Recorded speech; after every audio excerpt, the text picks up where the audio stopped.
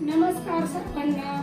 मी आता तुम्हाला बनवून दाखवणार आहे मातीच्या भांड्यामध्ये दही कसं लावायचं. आता हे दूध मी इथं गरम करायला ठेवलेले आहे. दूध जास्त पण आपल्याला गरम नाही करायचं आहे आणि कोमट दूध झालं की त्याच्यामध्ये आता मी तुम्हाला दाखवते. हे आपलं मातीचं गाडगं आहे.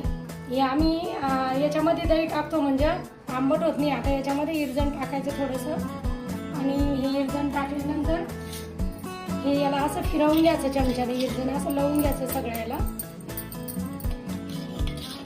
याला आमच्या आई आधी तवली म्हणायच्या, इरजणी पण म्हणायच्या.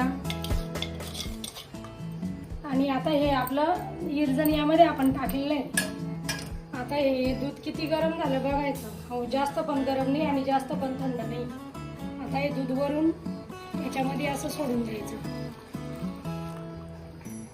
आणि आता हे गाडगं आपलं दह्याचं सकाळपर्यंत 10 तास झाकून ठेवायचं. हे बघा आता आपले रात्रीचे दही टाकलं होतं त्याला आता 10 तास झालेले. आणि हे बघा आता दही किती घट्ट बनलेलं आहे. मी दाखवते तुम्हाला. हे बघा आता हे आपलं जे आहे हे मस्त असं मातीच्या भांड्यातलं दही आहे. तुम्ही बघू शकता किती छान दही आपलं विरजलेलं आहे. म्हणजे मी रात्री टाकून ठेवलं होतं. 10 तास झाले होते दही टाकायला आणि आता तुम्हाला दाखवते दही बघा कसं झालं आहे. आणि हे मातीच्या भांड्यात दही टाकायचं कारण म्हणजे आपलं स्टीलच्या भांड्यामध्ये दही हे होतं, गरम होतं. भांडं आपलं गरम होतं आणि हे बघा हे भांडं कसं थंडगार दिसतंय.